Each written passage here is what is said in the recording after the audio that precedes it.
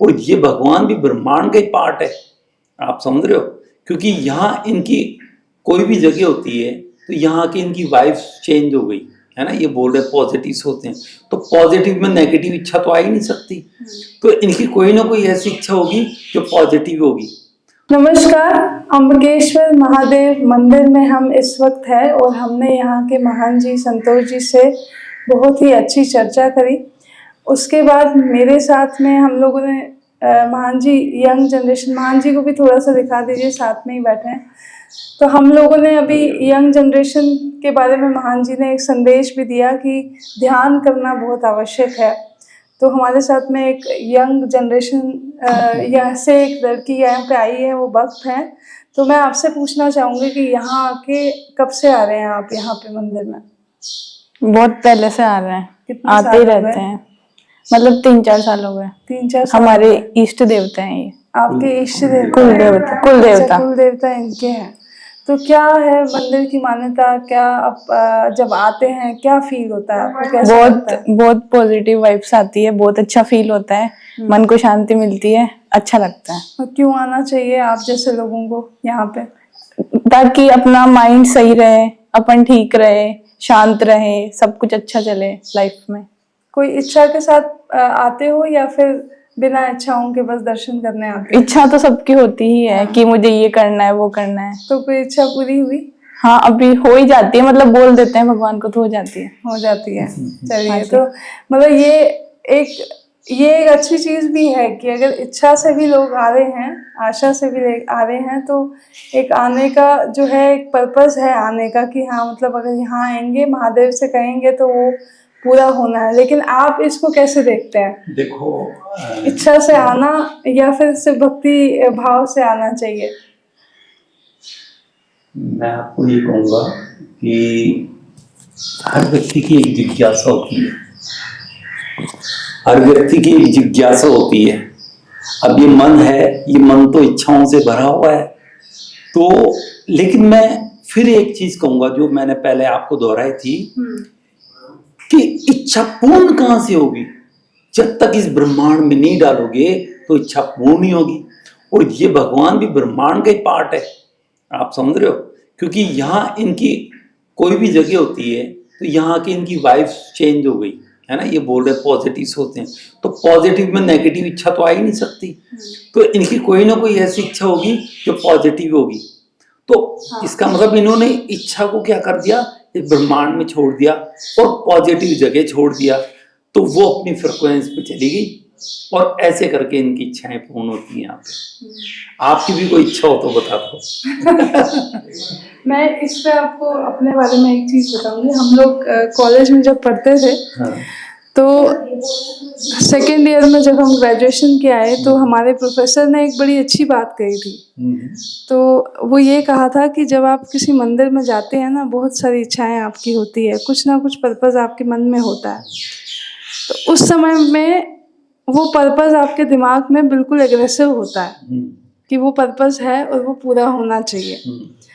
तो उसमें थोड़ी सी एक लालसा भी है कि नहीं, हम मंदिर में आए हैं तो पर्पस जो है, इच्छा जो है वो पूरी होनी चाहिए।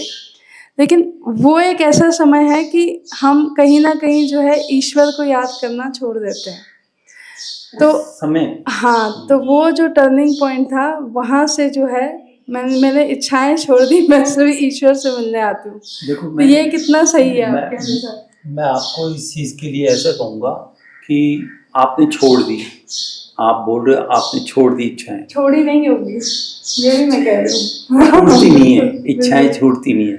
भगवान के जैसे आप दर पे जाओगे ना, तो मैं आपको एक चीज कह रहा हूँ, आप ऐसी जगह जाओ कि वहाँ सारी नेगेटिव इच्छाएं होगी, है ना, और आप ऐसी जगह जाओ जहाँ पॉजिटिव इच्छा होगी। क्योंकि अंतोगत्वा इंसान कर रहा किसके लिए है? ब्रह्मांड के लिए। अभी एग्जाम्पल देता हूँ मैं, मेरे पास में अथाह धन है, तो अथाह धन का क्या होगा, मैं कहीं ना कहीं तो यूज करूंगा उसको, तो यूज करूंगा तो मैं किसी ना किसी का भला करूंगा। तो पैसे की इच्छा, धन की इच्छा कोई गलत नहीं है, लेकिन उसका उपयोग कैसे हो रहा है ये बहुत इंपॉर्टेंट है। हर व्यक्ति, हर यंग जनरेशन, मैं ये बोलता हूँ अथाह धन हो इनके पास में, क्योंकि अथाह धन होगा तो अथाह इनके फ्रिक्वेंसियों की, क्योंकि माया आप सोचो मैं रोक के रख लूं तो माया तो क्या चंचल होती है, वो तो कहीं ना कहीं भले लिपस्टिक में जाएगी तो वहां पे भी कोई ना कोई व्यक्ति काम कर रहा है, ज्वेलरी में जाएगी तो वहां पे भी 10-20 लोग काम कर रहे हैं, तो कहीं ना कहीं तो हो जाएगी। तो कुल मिला के अगर धन अर्जित भी होता है ना तो वो ब्रह्मांड में निमित हो जाता है, क्योंकि कोई भी व्यक्ति कुछ भी अपने साथ लेके नहीं जाता, सब यही रह जाता है। है ना। अब मैं आखिरी में यही कहूँगी, हमारी इच्छा से ज़्यादा हमारी खोज है, क्योंकि हम लोगों ने चैनल का लॉन्च ही इसलिए किया है कि हम लोग सनातन को, सबसे ज़्यादा मेरा जो अपना सब्जेक्ट है वो यही है कि मैं जानना चाहती हूँ कि हमारा धर्म, हमारी संस्कृति, हमारी पद्धतियाँ क्या है और कहाँ तक सीमित है, कहाँ तक नहीं है। इसी यही मेरी एक इच्छा है कि मैं बस जानना चाहती हूँ और उसके अलावा कुछ नहीं है। मैं इसी से ही मतलब आप ऐसा कहना चाहते हो सनातन की सीमा है ना? सीमा नहीं, मतलब मैं इस ज्ञान को समझने की कोशिश कर रही हूँ कि हमारा जो धर्म है, जैसे अन्य धर्म के लोगों को हम लोग देखते हैं तो अन्य धर्म के लोग बहुत जागरूक होते हैं अपने धर्म के प्रति, लेकिन हमारे अंदर उतनी, हमारी पीढ़ी को इतना बताया भी नहीं जाता और इतना जिज्ञासु बनाया भी नहीं जाता और इतनी जागरूकता होती भी नहीं है। देखो मैं हम बस मंदिर आने के लिए मंदिर आते हैं, लेकिन जानने की प्रयास नहीं करते कि ये क्या है, क्यों है, किस लिए है। देखो तो मैं आपको एक चीज बताना चाह रहा हूँ। आपको पता है संगत का असर होता है, तो आप अगर थोड़ा सा डीप जाओगे तो अपने देश पे किसने राज किया? सनातन को खत्म करने के लिए मुगलों ने। मुगल के बाद में अंग्रेज आए। तो एग्जाम्पल देता हूं मैं, घर में एक व्यक्ति है, सारी बच्चियां हैं, है ना, और एक बच्ची है ना रोज साड़ी वाड़ी पहन के बस कुछ नहीं करे, किसी को नहीं बोले तू भी साड़ी पहन। तो जब उसको ऐसा लगेगा ना कि बोले इसने साड़ी पहन रखी है, तो वो भी क्या है उसी ढंग से अपने आप को संवारना स्टार्ट। इसका अपोजिट मान लो कि कोई व्यक्ति 5 जने साड़ी पहनते, एक पहनती है जींस, क्या, तो धीरे धीरे आप देखोगे वो भी कहेगी बोले मैं भी कभी कभी ये कपड़े धारण कर लूं। तो उस समय मुगल आए, आप समझो, तो उसका बहुत इफेक्ट हुआ है। और दूसरी चीज मैं बताऊंगा, इतिहास को सही ढंग से प्रेजेंट नहीं किया और सनातन तो गायब ही हो गया था। आप 2 मिनट के लिए सोचो ना, आज मैं अगर लेके चलूं ना, तो मेरे बहुत सारे दूसरे धर्म के मित्र वगैरह हैं, तो जब मैं उनसे पूछता हूँ तो आप कल्चर की दृष्टि से जाओगे ना तो वो भी एक्चुअली में सनातन को ही अपना रहे हैं। बिल्कुल, वो गलत नहीं कर रहे, वो सनातन के द्वारा है, लेकिन कहीं जाके कोई मिस्टेक हो गई तो मिस्टेक को धारण करे हुए। और धीरे धीरे सनातन धर्म का मतलब नहीं है कि पर्टिकुलर एक व्यक्ति, सनातन का मतलब है कि आप जो जीते हो ना, जो आपके आत्मा में है ना, वो आप जी रहे हो, वही सनातन है। क्योंकि आत्मा को श्रीमद् भागवत में बोला है, ना तो इसको कोई जला सकता है, ना कोई इसको पानी में भिगो सकता है, ना डुबो सकता है। तो जब आत्मा को जीना ही है ना, मैं उसको सनातन मानता हूँ। तो मैं ये सबसे यही कहूँगा, आप अपनी आत्मा को जियो, आत्मा में भी बिखर जाओगे आप, फिर आप देखो रियल ये जो आ रहा है अपने मन में, ये आत्मा से आ रहा है क्या।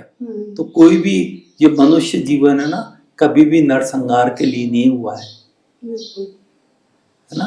मनुष्य जीवन हमेशा इसलिए आया है इस धरती पे कि इन हाथों से, आज मैं मेरा डॉगी है, मैं उसको बोलूंगा यार चाय बना के ला सकता है क्या? वो नहीं ला सकता। एक इंसान ही कार्य कर सकता है। तो इंसान के हाथ में है कि इस धरती से, इस प्रकृति से जो लिया है वो उसको किस ढंग से वापस करे। हरिओम।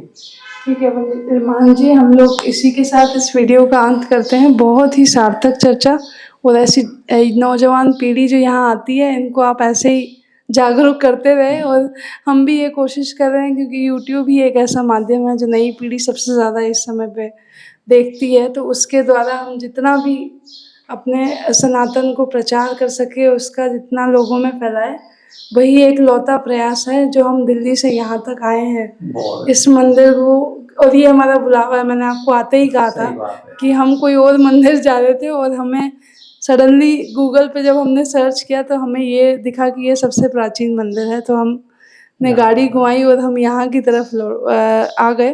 तो मैं इसी के साथ इस शो का अंत करूँगी। आप सभी का बहुत बहुत धन्यवाद और हर हर महादेव। आप सभी लोग सावन में महादेव की पूजा अर्चना अच्छे से करें, यही हमारी अपेक्षा है। बहुत बहुत धन्यवाद।